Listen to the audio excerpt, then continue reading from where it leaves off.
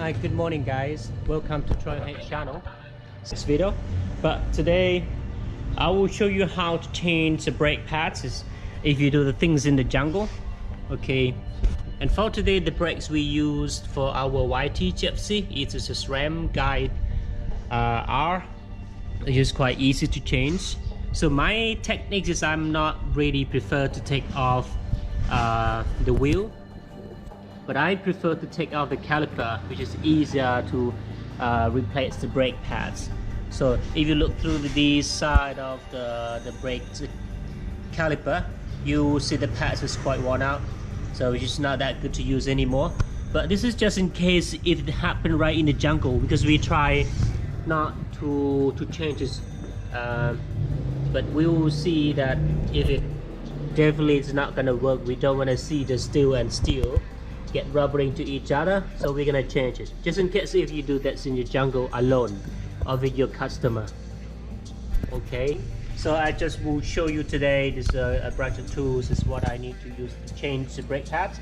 So I have set up the Allen key, just so many different sizes, and I have the brake pads, which is important too. So if you have nothing right in your hands, because you're not doing the things in the workshop, so you need to do that in the jungle. So it's what else you need to repair in your bag. So we'll come back to the caliper. So this is the SRAM Guide R caliper. This is the set and the adapter which is fit for 200 mm rotor, but of the watch just use the 5 mm just to take off.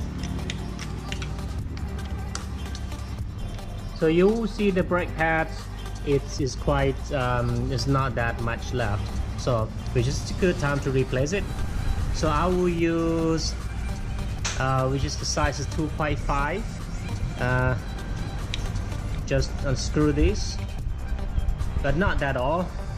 Okay, it's many brand they use the screw that you lose this one, it's very good function. It's a spanner which is 19 mm and 17 mm. It's simple techniques for me. I just use this one, and it's just a techniques to kick out the piston, because you have 4 pistons for this model.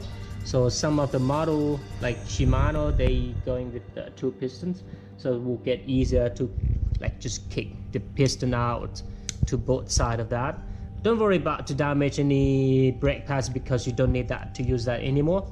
So you just try to kick it out like this. But sometimes you need to unscrew the bleeding part. That's it's a caliper. So sometimes if you can't kick it out because it's full of oil, so the techniques is just how to rebleed. Not rebleed, but just unscrew for these. It should be on the upper one, because it's SRAM, they make 2 sides of that. Screw, use the top, unscrew out to just bleed it, the fluid out a little bit. Then it's easy to kick the piston out on both sides.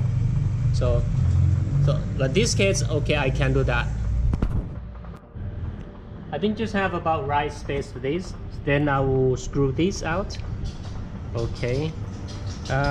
Sometimes the new bike they will have the E-clip just right in here, just to block this. The pin is not able to coming out, but this I'm never losing the pin. Then I just just replace it. Take this off. Please do not throw this in the jungle. Okay, it's just part of the trash, so you put in your bag. We leave no trace. That's what our policy for Trailhead. Okay, so this is the new pads, so not super new, but it still have a lot of pads left. So I'm just gonna replace it, just put it back in. Make sure you have the spring is on both sides, which is it's very important not to put the spring at the wrong position. You put it back in, and then you just screw. Okay, here we are. But please pay attention when you screw in.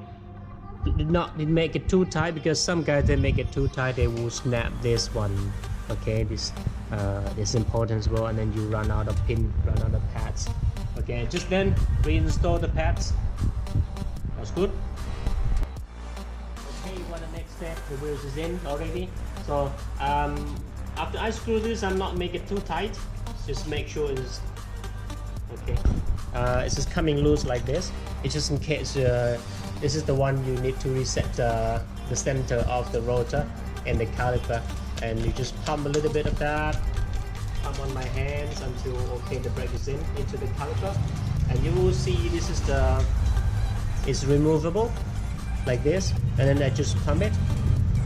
Sometimes you just lift the bike and turn the wheels and you lock it up, and then you will screw in on both sides.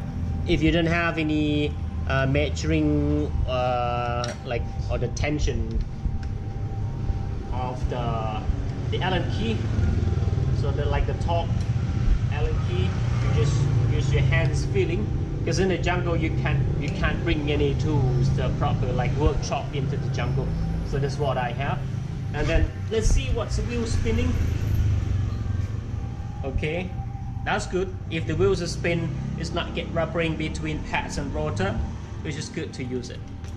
Get ready to go again, so we save in the jungle.